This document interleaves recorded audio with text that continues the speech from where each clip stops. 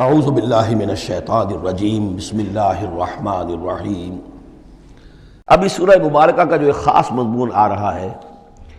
وہ حضرت موسیٰ علیہ السلام پر ایمان لانے والے ایک بڑے سردار تھے قوم فرعون کے۔ ظاہر بات ہے کہ وہ بھی انسان تھے اور حضرت موسیٰ کی دعوت ان کے کانوں میں بھی پہنچی۔ اللہ نے کسی کا دل کھول دیا کہ بڑے درباری تھے، وہ ایمان لے آئے تھے لیکن اپنے ایمان کو انہوں نے مخفی رکھا۔ اور پھر جب ایک موقع آیا کہ فرعون نے یہ تجویز پیش کی کہ اب ہمیں موسیٰ کو مزید مہلت نہیں دینی چاہیے، اسے ہمیں قتل کر دینا چاہیے، تو جب یہ ریزولوشن رکھا گیا ہاؤس میں تو اس وقت پھر وہ کھڑے ہوئے، انہوں نے تقریر کی ہے۔ یہ مومن آل فرعون کی تقریر اتنی عظیم تقریر ہے اور اس اللہ کے اس بندے کا اللہ نے وہ مقام بنایا ہے۔ پورے قرآن میں اتنی لمبی تقریر کسی اور نبی بڑے سے بڑے رسول کی بھی نقل نہیں ہوئی جتنی کہ ان کی ہوئی ہے۔ نہ وہ نبی تھے نہ رسول تھے، فرعون کی قوم میں سے تھے، لیکن اللہ قدر فرماتا ہے جتنی فرمائے۔ لیکن اس کے لیے تمہید ہے، لقد ارسلنا موسیٰ بآیاتنا وسلطان مبین، اور ہم نے بھیجا تھا موسیٰ کو اپنی نشانیوں کے ساتھ اور کھلی سند کے ساتھ، الی فرعون و حامان و قارون،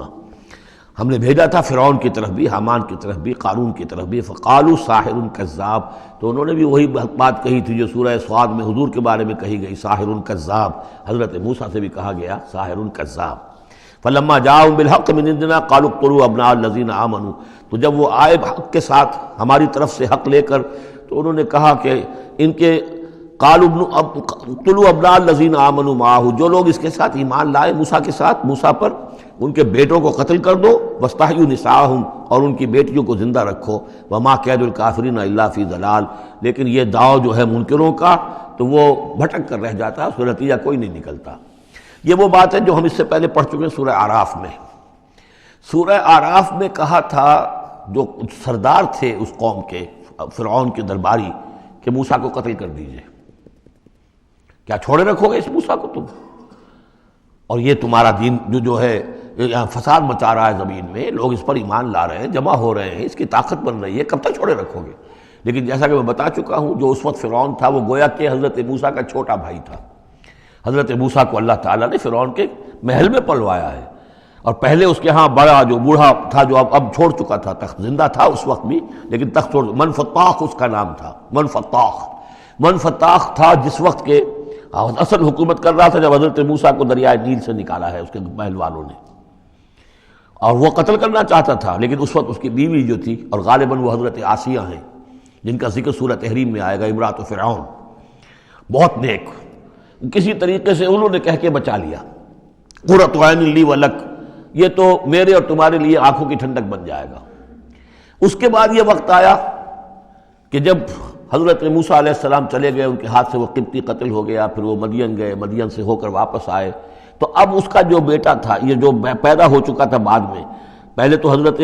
موسیٰ ہی تھے، اس کے بعد اس کے ہاں بھی اولاد ہو گئی، ایک بیٹا ہو گیا، وہ ہے رامسیس سیکنڈ،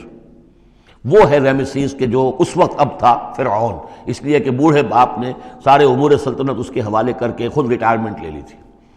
اس کے سامنے جب پیش ہوئے اور اس کے سامنے درباریوں نے کہا کہ اسے قتل کر دو ورنہ تو یہ فساد مچا دے گا دنیا کے اندر، تمہارے ملک کے اندر،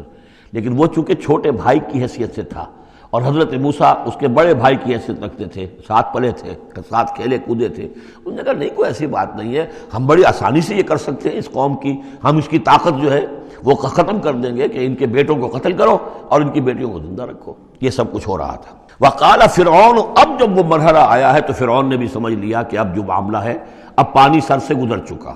اب تو اگر میں نے موسیٰ کو قتل نہ کیا تو واقعتاً بڑا فساد پیدا ہو جائے گا، ہمارے اقتدار اور ہماری تہذیب اور ہمارا کلچر سب کا بیڑا غرق ہو جائے گا۔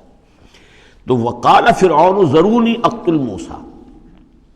فرعون نے کہا کہ مجھے اجازت دو کہ میں موسیٰ کو قتل کر دوں۔ اب یہ کیوں پوچھ رہا ہے؟ حالانکہ رب ہونے کا مدعی ہے، مطلق العنان بادشاہ، لیکن اسے اندازہ ہو گیا تھا کہ میرے اپنے لوگوں میں کچھ اثرات پیدا ہو چکے ہیں اب حضرت موسیٰ کی دعوت کے، اگر میں نے بغیر کنسنسس ڈیولپ کیے ہوئے تمام درباریوں کو اپنے کانفیڈنس میں لیے بغیر اگر کوئی اقدام کر دیا تو ہو سکتا ہے کہ اندر سے کوئی بغاوت ہو جائے، لہذا اب وہ عدالت کے سامنے وہ مطلق العنان بادشاہ جو ہے وہ اپنے دربار میں رکھ رہا ہے، ضروری اقتل موسیٰ، مجھے اب تم اجازت دو، late us kill him, let us do away with him, وَلْيَدْعُ رَبَّهُ، اور پکار لے وہ اپنے رب کو، ہمارے قتل کرنے کے مقابلے میں بچانے کے لیے پکار لے اپنے رب کو اگر بچا سکتا ہے۔ انی اخاف ان یبدل دینکم، مجھے اندیشہ ہے وہ تمہارا دین بدل دے گا، وَأَن یظہر فی الارض الفساد، یا زمین میں بہت بڑا فساد پیدا کر دے گا۔ وقال موسیٰ، اور موسیٰ نے کہا، یہ بات ان تک پہنچی ہوگی کہ دربار میں یہ مشورہ ہو رہا ہے، انہوں نے فرمایا انی عصت بربی و ربکم، میں تو پناہ پکڑتا ہوں اپنے رب کی اور تمہارے رب کی، من کل متکبر، ہر متکبر کے مقابلے میں، لا یؤمن بیوم الحساب، جو یوم حساب پر ایمان نہیں رکھتا۔ وقال رجل مومن من آل فرعون یکتم ایمانہ، اور کہا ایک مومن مرد نے جو آل فرعون میں سے تھا، یکتم ایمانہ، وہ ابھی تک اپنے ایمان کو چھپائے ہوئے تھا۔ گویا کہ یہ وقت تھا کہ اب وہ کھڑا ہوا، انہوں نے کہا کہ گویا کہ اب بن رہا ہے کہ میں ڈٹ کر بات کروں، اس لیے کہ یہ اقدام اگر فرعون نے کیا تو مسئلہ جو ہے اب وہ صورتحال بگڑ سکتی ہے۔ یہ ہے تقریر جو شروع ہو رہی ہے۔ وقال رجل مومن من آل فرعون یکتم ایمانہ اتقتلون رجلا ان یقول ربی اللہ، سوچو تم ایک شخص کو قتل کرنا چاہتے ہو محض اس جرم کی پاداش میں کہ وہ کہتا ہے میرا رب اللہ ہے۔ یہی الفاظ کہتے حضرت ابو بکر صدیق نے جب ایک مرتبہ ہجوم کیا ہے، مشرکین مکہ نے حضور پر حملہ کیا ہے، تو حضرت ابو بکر آڑے آئے ہیں اور یہ الفاظ کہے انہوں نے اتقتلون رجلا ان یقول ربی اللہ، کیا تم ایک شخص کو قتل کرنا چاہتے ہو، یعنی محمد کو صلی اللہ علیہ وسلم؟ جرم کیا ہے اس کا؟ یہی کہ وہ کہتا ہے میرا رب اللہ ہے، بالکل یہی الفاظ۔ اتقتلون رجلا ان یقول ربی اللہ وقد جاءکم بالبینات من ربکم، حالانکہ وہ تمہارے رب کی طرف سے واضح نشانیاں لے کر آیا ہے۔ وَإِن يَكُ كَاذِبًا فَعَلَيْهِ كَذِبُهُ، اور اگر وہ جھوٹا ہے تو اس کا جھوٹ کا وبال اسی کے اوپر آئے گا۔ وَإِن يَكُ صَادِقًا، اور اگر سوچ لو اگر وہ سچا ہوا، يُصِبْكُمْ بَعْضُ الَّذِي يَعِدُكُمْ، تو پھر تم پر وہ کچھ چیزیں آئیں گی جس کی کہ وہ دھمکی دے رہا ہے اور تمہیں بتا رہا ہے عذاب الہی آئے گا اور تم تباہ و برباد کر دیے جاؤ گے۔ اگر سچا ہے تو تم پر پھر وہ عذاب آئے گا۔ ان اللہ لا یہدی من ہوا مسرف کذاب، اللہ تعالیٰ راہ یاب نہیں کرتا ان کو کہ جو مسرف ہوں، حد سے بڑھنے والے اور کذاب ہوں، جھوٹے ہوں۔ یا قوم لکم الملک اليوم، اے میری قوم کے لوگو آج تو اختیارات تمہارے ہاتھ میں ہیں، تمہاری بادشاہت ہے، تمہاری حکومت ہے، ظاہرین فی الارض، تم زمین میں غالب ہو، تمہارا ڈنکا بج رہا ہے۔ فمن ینصرنا من باس اللہ ان جاءنا، تو اگر کہیں اللہ کا عذاب ہم پر آ گیا تو کون مدد کرے گا، کون بچائے گا اللہ کے عذاب سے؟ قال فرعون، اب دیکھیے اس کا نتیجہ کیا نکلا ہے کہ فرعون جیسے کہ بے بس سا ہو کر کہہ رہا ہے، یہ پہلا رد عمل ہے اس کا، ما اریکم ما ارا، دیکھو بھائی میں تو جو کچھ میری رائے ہے وہ میں نے پیش کی ہے، میں نہیں دکھا رہا تمہیں مگر وہی جو میں دیکھ رہا ہوں۔ میں یہ دیکھ رہا ہوں کہ اگر اس کو قتل نہ کیا گیا موسیٰ کو تو تباہی آئے گی اور بڑا فساد بن جائے گا، اور یہ معاملہ جو ہے اب پانی جو ہے حد سے گزر گیا ہے، سر سے گزر چکا ہے، اب ہمیں کچھ نہ کچھ کرنا چاہیے۔ تو جو مجھے دکھائی دے رہا ہے اریکم ما ارا، جو میں دیکھ رہا ہوں وہ میں تمہیں دکھانا چاہ رہا ہوں۔ وما اہدیکم الا سبیل الرشاد، اور میں نہیں رہنمائی کر رہا تمہاری مگر کامیابی کے راستے کی طرف۔ وقال الذی آمن، اور وہ جو اہل ایمان ہیں، وہ جو مومن آل فرعون ہیں، وہ اپنی تقریر جاری رکھے ہوئے ہیں۔ قال الذی آمن یا قوم، کہا اس مومن شخص نے اے میری قوم کے لوگو انی اخاف علیکم مثل یوم الاحزاب، مجھے اندیشہ ہے تم پر کہ اس طرح کا دن نہ آ جائے جس طرح کے دن پہلی اور قوموں پر آئے ہیں، مثل داب قوم نوح وعاد وثمود والذین من بعدہم، جیسا کہ معاملہ ہوا تھا قوم نوح کا، پھر قوم عاد کا، پھر قوم ثمود کا، اور پھر ان کا جو ان کے بعد ہوئے۔ وما اللہ یرید ظلما للعباد، اور اللہ تعالیٰ تو اپنے بندوں پر ظلم کا ارادہ نہیں رکھتا، یہ بندے ہی ہیں کہ جو اپنی کوتاہی کی وجہ سے، اپنی تکذیب کی وجہ سے، اپنی شرارتوں کی وجہ سے جو اپنے اوپر عذاب الہی کو دعوت دیتے ہیں۔ وَيَا قَوْمِ إِنِّي أَخَافُ عَلَيْكُمْ يَوْمَ التَّنَادِ، اور اے میری قوم کے لوگوں مجھے اندیشہ ہے تم پر کہ وہ دن آئے گا جس میں چیخ پکار ہوگی، ہنگامہ ہوگا۔ یوم تولون مدبرین، جس روز تم پیٹھ دکھا کر، پیٹھ موڑ کر بھاگو گے، ما لکم من اللہ من عاصم، لیکن پھر اللہ کے پکڑ سے تمہیں بچانے والا کوئی نہیں ہوگا۔ وَمَن يُضْلِلِ اللَّهُ فَمَا لَهُ مِنْ هَادٍ، اور جسے اللہ ہی گمراہ کر دے پھر اس کو ہدایت دینے والا کوئی نہیں۔ وَلَقَدْ جَاءَكُمْ يُوسُفُ مِنْ قَبْلُ بِالْبَيِّنَاتِ، اور دیکھو تمہارے پاس پہلے یوسف آئے تھے واضح نشانیاں لے کر،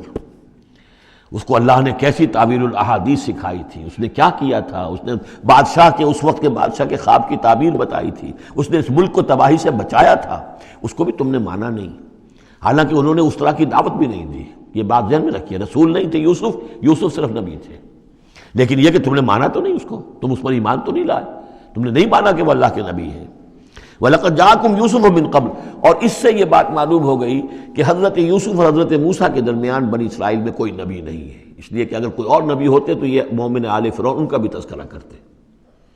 یہ حضرت موسیٰ کے بعد پھر شروع ہوا ہے کہ 1400 برس تک حضرت عیسیٰ علیہ السلام تک پھر یہ کہ ان کے ہاں نبوت کا تار نہیں ٹوٹا. لیکن حضرت موسیٰ کے اور حضرت یوسف کے درمیان کوئی نبوت نہیں. وَلَقَدْ جَاءَكُمْ يُوسُفُ مِنْ قَبْلُ، تمہارے پاس آئے یوسف اس سے پہلے بالبینات، فَمَا زِلْتُمْ فِي شَكٍّ مِّمَّا جَاءَكُمْ بِهِ، لیکن تم شکوں کو شبہات ہی میں پڑے رہے. وہ تمام تعلیمات جو وہ لے کر آئے تھے ان کو تم نے قبول نہیں کیا. حتیٰ اذا ہلکا، یہاں تک کہ جب وہ فوت ہو گئے، قُلْتُمْ لَن يَبْعَثَ اللَّهُ مِن بَعْدِهِ رَسُولًا، تو تم نے کہا ان کے بعد اللہ کسی اور کو رسول نہیں بھیجے گا. یعنی ان کو تو تم نے ان کی زندگی میں تو رسول اور نبی نہیں مانا. کذالک یضل اللہ من ہوا مسرف مرتاب، اسی طرح اللہ تعالیٰ گمراہ کر دیتا ہے ان کو کہ جو حد سے بڑھنے والے ہوں اور شکوک و شبہات میں مبتلا رہنے والے ہوں. الذین یجادلون فی آیات اللہ بغیر سلطان اتاہم، کہ جو اللہ کی آیات کے بارے میں جھگڑتے ہیں، بحثیں کرتے ہیں، کج بحثیاں کرتے ہیں بغیر کسی سند کے کہ جو اللہ نے انہیں دی ہو. کبر مقتا عند اللہ وعند الذین آمنوا، بہت بری شے ہے، بہت بری ہے، بیزاری والی بات ہے اللہ کے نزدیک بھی اور اہل ایمان کے نزدیک بھی، ان کے نزدیک بھی جو ایمان لائے. کذالک یطبع اللہ علی کل قلب متکبر جبار، اسی طرح اللہ تعالیٰ مہر کر دیا کرتا ہے ہر دل پر، غرور والے سرکش دل پر، وہ قلب کے جو متکبر ہو اور جبار ہو، اللہ تعالیٰ اس پر مہر لگا دیتا ہے کہ پھر وہ ایمان نہیں لاتے. وقال فرعون، اب یہ تقریر تو جاری ہے ان کی، اور آپ چشم تصور سے دیکھیے کہ معلوم ہوتا ہے کہ ان کی تقریر کا اثر ہو رہا ہے درباریوں پر، کہ بات ایک سے ایک بات جو ہے وزنی ہے، ایک سے ایک مربوط ہے، جڑی ہوئی ہے، تاریخی حوالے سے بھی آ گئی، عقلی حوالے سے بات آ گئی، ہر اعتبار سے انہوں نے اس طریقے کی تقریر کی ہے کہ اب سارے یوں سمجھیے کہ اگر پورے دربار کے اوپر ایک دفعہ سناٹا چھا گیا ہے. اب وہ کیا کرے فرعون؟ قال فرعون یا حامان، فرعون نے کہا ہے حامان، وہ یہ وزیر تھا اس کا، ابن لی صرحا، اب میرے لیے ذرا ایک بڑی عمارت بناؤ، لعلی ابلغ الاسباب، تاکہ ہو سکتا ہے کہ میں پہنچوں جو آسمان کے اسباب السماوات، آسمان کے راستوں تک میں پہنچ جاؤں. فاطلع الی الہ موسیٰ، اور پھر میں جھانک کر دیکھوں اور مطلع ہونے کی کوشش کروں الہ موسیٰ کون ہے جس کا ذکر یہ کر رہا ہے موسیٰ. وانی لاظنہ کاذبا، اور میرا گمان تو یہ کہ وہ جھوٹ بول رہا ہے. وکذالک زین لفرعون سوء عملہ، اسی طرح فرعون کے لیے اس کا برا عمل بھی مزین کر دیا گیا، وہ اسی میں مگن رہا. وصد عن السبیل، اور اس کو روک دیا گیا صراط مستقیم سے، سیدھی راہ سے. وما کید فرعون الا فی تباب، اور یہ ساری چال فرعون کی وہ سب کی سب جو ہے ناکام ہوئی اور تباہ و برباد ہونے کے واسطے تھی. یہ گویا کہ کھسیانی بلی کھبا نوچے والی بات ہے. پہلے تو اس کی بے بسی تھی، ما اریکم الا ما ارا وما اہدیکم الا سبیل الرشاد، میں نے جو بات مجھے صحیح معلوم ہوتی تھی وہ میں نے آپ کے سامنے رکھ دی، باقی معاملہ آپ جانیں. لیکن میں آپ کو جس راستے کی رہنمائی کر رہا ہوں کہ قتل کر دو اب موسیٰ کو، اب مزید مہلت نہ دو، کامیابی اسی میں ہے. اب یہاں جو اثر ہو چکا ہے حضرت موسیٰ کی تقریر کا، اب یہاں وہ کھسیانہ سا ہو کر رہتا ہے کہ اچھا بھائی بناؤ ذرا کوئی ایک بڑی سی دیوار کو، بڑا اونچا مینار بنانا اس پر، تاکہ میں اس پر چڑھ کر دیکھوں آسمان کے اندر کہ کہیں واقعی کوئی موسیٰ کا خدا ہے. جیسا کچھ بے وقوفوں نے کہا تھا کہ ہم تو چاند پہ بھی ہو آئے، ہمیں کہیں خدا نہیں ملا، تو ایسا بھی لوگ کہتے. صدق اللہ العظیم.